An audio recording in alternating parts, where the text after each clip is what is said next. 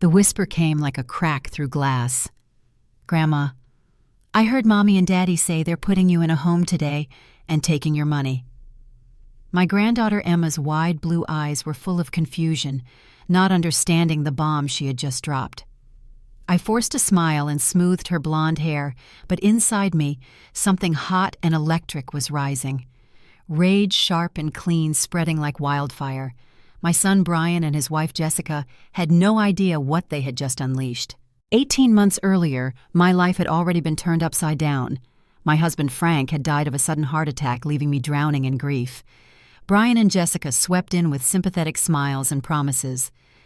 "Mom, you can't live alone anymore," Brian insisted. "Come stay with us. We'll take care of you." It sounded like love. It wasn't.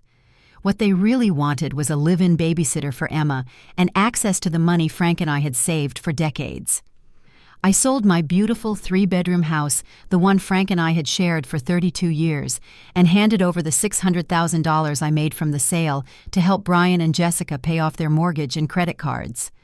I told myself it was for family. At first I thought it was working. I cooked dinners, helped Emma with her homework, even paid for household groceries to pitch in. But slowly I began to notice the subtle ways they tightened their grip. They discouraged me from joining my church group because Emma needs you in the evenings. They intercepted calls from friends saying I was too tired for visitors.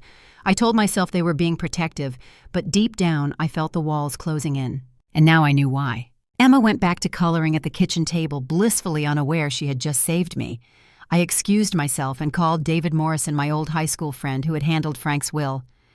"David, it's Margaret Sullivan. I need to see you today. 2 p.m. if possible." His voice was cautious. "Everything okay, Maggie?" I smiled grimly at the empty kitchen. Let's just say it's time some chickens came home to roost. My next call was to the bank. "This is Margaret Sullivan, account number 47789. I need to arrange an immediate transfer of funds." The representative confirmed what I already knew. Between Frank's life insurance payout and our savings, I had over $600,000 sitting in accounts Brian and Jessica assumed they controlled. I was about to make sure that assumption ended today. At 1:30 p.m., I told Emma we were going for a walk. I slipped my purse, the one where I kept all my documents, over my shoulder. Widow's intuition had made me carry it everywhere since Frank's funeral. I suspected a day like this might come. We walked to the corner coffee shop where David was waiting. He looked concerned as I explained what I'd overheard. "They think they can just decide I'm incompetent and take over my life," I said quietly. "They're about to find out I am anything but helpless." David nodded. "What do you want to do?" "Everything I said. New will power of attorney, revoked accounts transferred, and I want it done before they get home." At his office, Emma played with toys in the waiting room while I signed paper after paper. With each stroke of the pen, I felt power flowing back into me. David explained that without a formal loan agreement, the money I'd given them for the house could be argued as conditional, meaning if they breached the agreement by forcing me out, they might have to pay it all back, every penny plus interest. Plus, by 3 p.m., Emma and I were at First National Bank. I sat across from Janet, the branch manager, who raised an eyebrow when I requested to transfer every account, every certificate of deposit, every dollar to a bank across town. "Are you sure about this, Mrs. Sullivan?" she asked. I've never been more sure of anything in my life. The transfer was complete by 3:30 p.m. I left the bank with a receipt that felt like a shield. Emma and I returned home, and I rolled up my sleeves and started preparing dinner pot roast with mashed potatoes, Brian's favorite. If this was going to be my last meal in their house, I intended to make it memorable. At 3:45 p.m., I heard their car in the driveway. I smoothed my apron, checked my reflection in the kitchen window, and smiled. I looked like the picture of a loving grandmother preparing dinner. Perfect. Brian and Jessica came through the door, carrying shopping bags, laughing about something I didn't catch. The sound of their cheerfulness turned my stomach. How easily they could joke after planning to betray me. "Smells good, Mom," Brian said, kissing the top of my head as if nothing were wrong. Jessica breezed past him and started setting the table, her perfect manicure flashing as she placed forks. "Emma, go wash your hands for dinner," Jessica said. When Emma was out of earshot, I turned to face them. "We need to talk," I said evenly. Jessica's brows rose. "Of course. After dinner." "No," I said. "Now." Something in my tone must have startled them because they exchanged a look before sitting down at the table. I stayed standing. "I know what you were planning. The nursing home. the petition for guardianship, the money. Jessica's face went white. Brian opened his mouth, then closed it again. "You were going to steal my freedom and my savings in one stroke," I said, my voice calm but icy. "But you're too late." Maggie Bryan started. "Don't," I said sharply. "Today I revoked your power of attorney, updated my will, and moved every cent out of the accounts you had access to." I pulled the bank receipt from my purse and laid it on the table between us like a winning poker hand. "You don't own me. You don't own my money. And you will never have the chance to try again." Jessica found her voice first. "We were just trying to protect you. You've been struggling since Frank passed." I laughed bitter and sharp. "Protect me by taking away my home, my choices, my life. No, you wanted control. You wanted convenience." Brian's jaw worked. "Mom, we just thought—" "You thought I was weak," I said, cutting him off.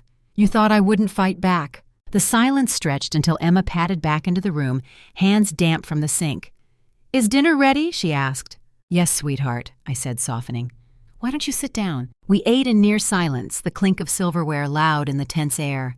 I savored every bite of pot roast, every spoonful of gravy, because I knew this was the last dinner we'd ever share under the same roof. When the dishes were cleared, I packed a small suitcase I'd hidden in my closet for months, just in case, and wheeled it into the hallway. "I'm leaving tonight," I said simply. Brian looked panicked. "Mom, you can't just—" "I can," I said, "and I am. I have a condo lined up downtown near my church friends. The lease is signed. I move in tomorrow." Jessica's face hardened. "So you're just abandoning Emma after everything we've done?" I bent down and hugged my granddaughter tightly. "I'm not abandoning anyone. You can visit me any time, sweet girl. But Grandma needs her own home." Emma nodded solemnly as though she understood. When I straightened, Brian's eyes were wet. "Mom," he said, his voice low, "I didn't mean for it to get this far. I thought we were helping." "You want to help me?" I asked quietly. "Then let me live my life. Let me make my choices. That's all I ever needed." I kissed Emma on the forehead, grabbed my suitcase, and walked out the door. The night air felt cool and clean as I loaded my bag into the cab waiting at the curb. When I glanced back at the house, I saw Brian standing in the doorway, hands shoved in his pockets. For a moment, he looked like a little boy again, the one who used to run to me after school with scraped knees and tears in his eyes. I almost wavered. Almost. But then I remembered Emma's whisper and Jessica's calculating smile, and the hesitation melted away. As the cab pulled away, I felt something uncoil in my chest. Freedom. I had walked into their house 18 months ago, a grieving widow.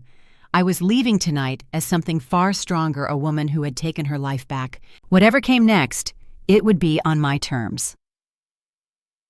3 months later, I sat on the small balcony of my new condo, a cup of tea warming my hands. The city hummed softly below, but up here everything felt calm. The condo wasn't big, but it was mine.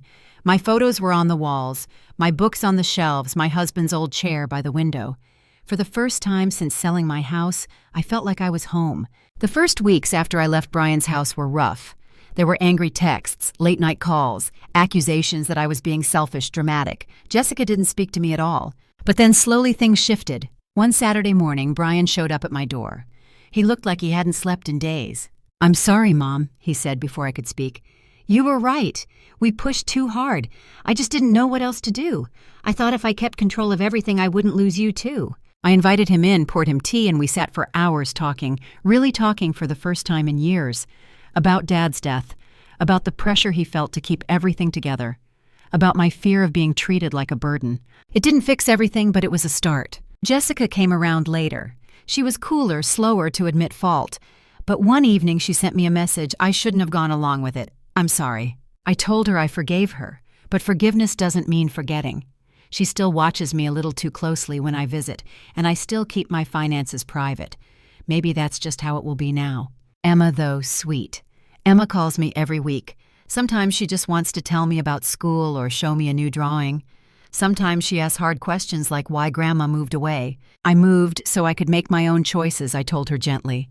"One day, you'll understand how important that is." She nodded solemnly as though she already did. As I sat on my balcony that evening, the sky streaked with pink and gold, I realized something. Love doesn't always look like staying. Sometimes it looks like drawing a line, saying no, and trusting the people you love to grow into the space you've created. I still see Brian and Jessica. We have Sunday dinners, though. Now they're at my place or at a restaurant halfway between us. There's no talk of guardianship, no fights about money. It's not perfect, but it's honest. And that, I think, is better. I took a sip of tea, letting the warmth spread through me. I wasn't just surviving anymore.